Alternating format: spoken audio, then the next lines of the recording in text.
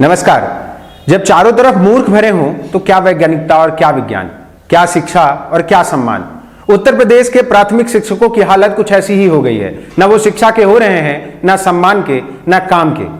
उत्तर प्रदेश में सरकारी स्कूलों की खस्ता हालत पर हमने एक वीडियो बनाया था जो आप हमारे YouTube चैनल पर देख सकते हैं। कैसे तमाम सरकारी स्कूलों की हालत खस्ता है और सरकारी दावे झूठे। लेकिन अब की मामला संभल से है, जहां बीएसए कार्यालय से तमाम शिक्षकों को एक नोटिस जारी हुआ है जिसमें कहा गया है कि प्रत्येक शिक्षक अपने आसपास से कम 1 क्विंटल भूसा इकट्ठा करे और अपने करीब की गौशाला में ले जाके पहुंचाए और बीएसए कार्यालय को सूचित करे। कमाल की बात है, जो शिक्षक शिक्षा देने के लिए बना था, पहले तो वो चुनाव कराता था, मतगणना करता था, जानवर तक गिन लेता था। लेकिन अब की मामला यह है कि वो भीख मांगेगा। भीख कहां मांगेगा? जाके तमाम दरवाजों पर और पूछेगा कि क्या भैया आप 1 क्विंटल भूसा देने के इच्छुक हैं। कमाल, मतलब इतना बड़ा कमाल कैसे कर सकते हैं और कौन लोग हैं जिनके दिमाग में यह आइडिया आता है? ये शिक्षक क्यों बनाए जाते हैं? सरकारी स्कूलों में इनकी तैनाती क्यों होती है? क्यों होता है इनका चयन? क्यों होती है परीक्षा? और क्यों जरूरी है ये शिक्षक? अगर आपको यही काम कराना है, भूसा इकट्ठा कराना है, तो किसी सस्ते से दर पे मजदूर इकट्ठा करिए और उनको ले जाइए, भेज दीजिए गांव में, और वो भूसा इकट्ठा करके आपके लिए ले आएंगे। पहले तो ये चयनित होने के लिए सालों साल मेहनत करें, उसके बाद आपकी लाठियां खाएं, आपकी धाधलियां झेलें, और जब चयनित हो जाएं तो आपके लिए भूसा इकट्ठा करें। अगर सरकारी स्कूलों में इनकी तैनाती है तो ये बच्चों को क्यों ना पढ़ाएं? मैंने जब कुछ शिक्षकों से बात करने की कोशिश की तो नाम न बताने की शर्त पे कहते हैं कि भैया ऐसा है कि हम चयनित तो शिक्षक के तौर पे हुए थे, लेकिन बच्चों को पढ़ाने के सिवा बाकी सारे काम कराए जाते हैं। आप सोचिए जरा, जानवर की गिनती कर ली, बर्दाश्त कर लिया, जनगणना कर ली, कोई बात नहीं, कर लिया, लेकिन 2 महीने की छुट्टी में अब आप भूसा इकट्ठा करवाएंगे। किसी दिन आप कहेंगे कि गायों को पकड़िए, जो आवारा पशु घूम रहे हैं उनको बहोरिए, बहोर के ले जाके खूंटे से बांधिए। अगर कुछ नहीं हो रहा है तो 2 महीने आप गौशालाओं में श्रमदान करिए। क्या शिक्षक इसीलिए बने थे? अगर 2 महीने की छुट्टी उनको मिली है तो हो सकता है कुछ नई कलात्मकता सीखते और अपने बच्चों को सिखाते। वो क्या सिखाएंगे जब स्कूलों में जाएंगे? क्या बताएंगे कि भैया हम भूसा इकट्ठा करते थे, तुम भी भूसा इकट्ठा करो और अपने जानवरों को चराओ, शिक्षा छोड़ दो, वैज्ञानिकता की बात मत करो।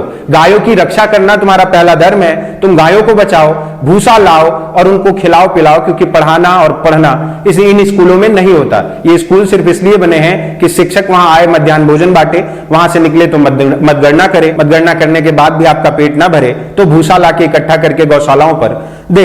ये मामला जब विधानसभा में उठा तो सुनिए नेताजी क्या बोले, और वहां उपस्थित जो सत्ता दल के लोग थे उनको इस बात की जानकारी भी नहीं है। जब आप ध्यान से ये वीडियो देखेंगे तो आपको पता चलेगा कि उन्हें पता ही नहीं है कि संभल में क्या हो रहा है। मैंने पढ़ा व्हाट्सएप पर अधिकृत पत्र था, संभल जिले की बेसिक शिक्षा अधिकारी ने एक आदेश निर्गत किया कि प्रत्येक अध्यापक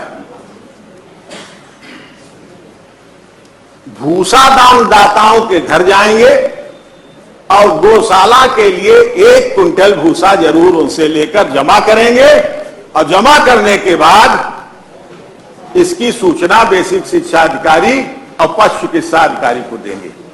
माननीय त्रिपाठी जी, संभल के बीएसए का, संभल अन्य जिलों का भी हुआ है। संभल का अधिकृत बोल रहा हूं, नियम 111 में लगाया भी हूं, माननीय महाराज के नियम 111 में है।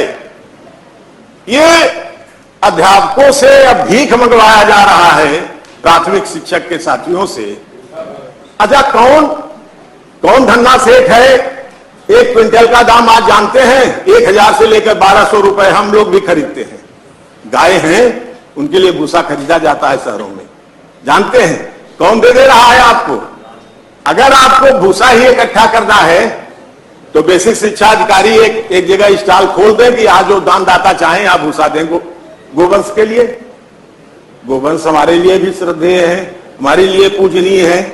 लेकिन अगर इस प्रकार से शिक्षकों को भूसा मांगने के लिए दर दरवाजे गिरसवा, वो भी गिरसवावकाश में, अब वो गुरुजन जो शिक्षा देते हैं, जो राष्ट्र निर्माण करते हैं, बच्चों को पढ़ाते हैं, अभी तक तो जनगणना, पेनगणना, चुनाव, निर्वाचन सब स्वीकार किया, सब कुछ करते हैं, लेकिन अब भूसा भी मांगेंगे। ये ताजुब है। सरकार के संज्ञान में ला रहा हूं, नाम भी बता रहा हूं। संभल की चिट्ठी निर्गत हुई है, चाहेंगे तो मैं चिट्ठी पहुंचा दूंगा। देख लीजिए क्या अत्याचार हो रहा है। इस प्रकार की घटनाएं बहुत ही कष्टकारक हैं। और इतना ही नहीं, अभी चंद साल ही गुजरे हैं, बहुत ज्यादा वक्त नहीं गुजरा, जब प्रधानी के चुनाव में जबरदस्ती कोविड के टाइम पे चुनाव कराने के चक्कर में तमाम प्राथमिक शिक्षकों की मौत हो गई। उनकी मौत पर सरकार ने कुछ खुल के बोला तक नहीं।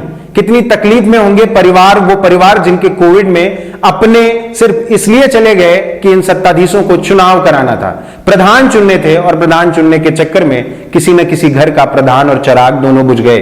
जो अपना घर चलाते थे, जो उनके लिए कमाते थे, उनका क्या होगा, ये एक बड़ा सवाल है।